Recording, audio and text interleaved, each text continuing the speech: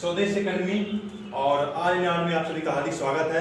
जैसा कि आप देख रहे हैं, आज मुझे इस स्वदेश अकेडमी में बोलने का मंच पे मौका मिला है, तो बहुत बहुत बधाई स्वदेश भाई का।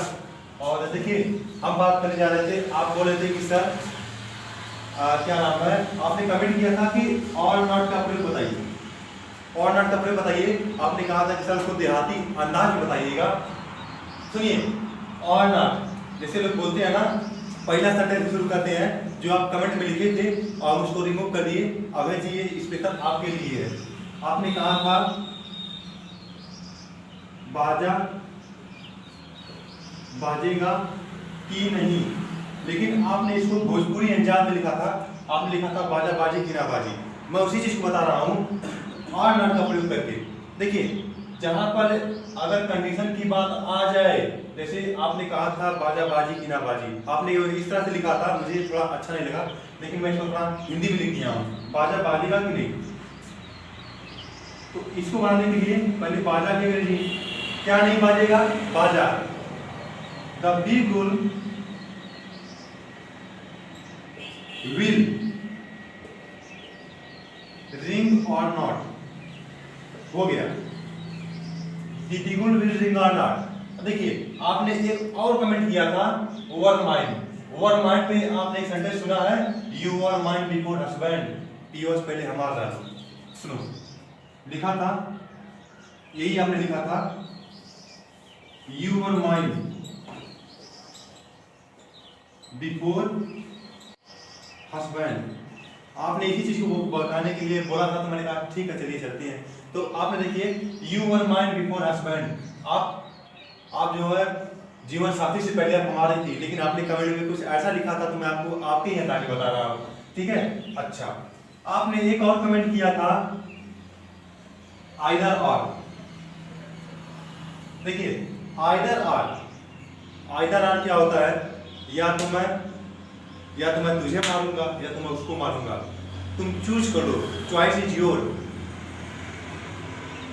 आइदर आर, जब दो सेंटेंस में से किसी एक को चुनना रहे, वहां पर हम आइदर आर का प्रयोग करते हैं।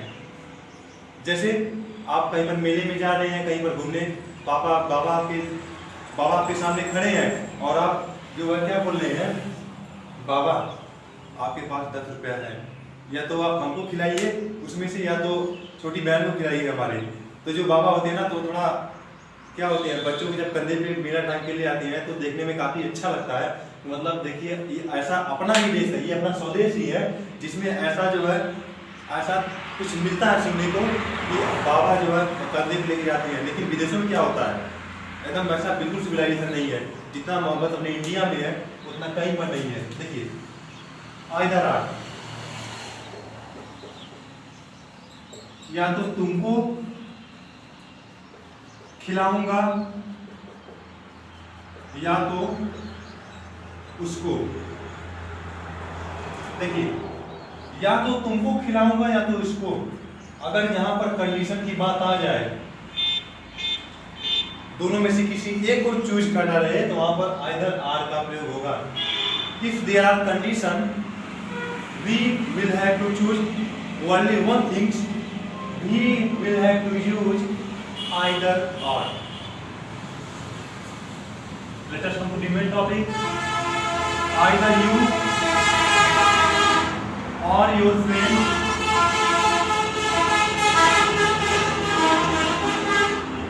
either you or your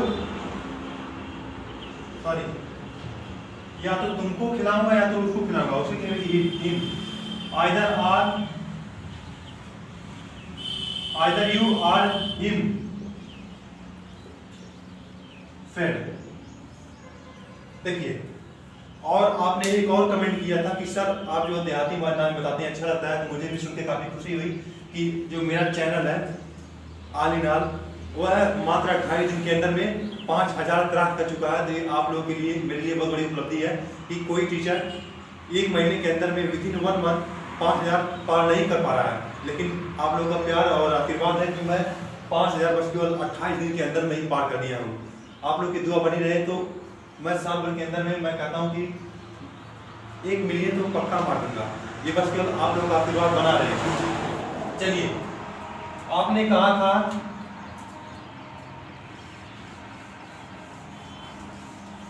कि एक और बताइए, will have to shall have to. देखिए बच्चा, जो विल हैव टू होता है, खाली सुन लो, विल का प्रयोग होता है लेकिन उसमें कुछ लोग जोड़ते हैं हैज हैव, तो कुछ लोग कंफ्यूज आते हैं कि इसको प्रेजेंट में चूज करें कि फ्यूचर में चूज करें, but really they are not present tense और फ्यूचर टेंस।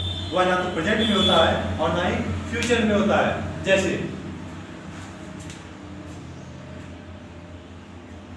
तुमको पटना जाना पड़ेगा,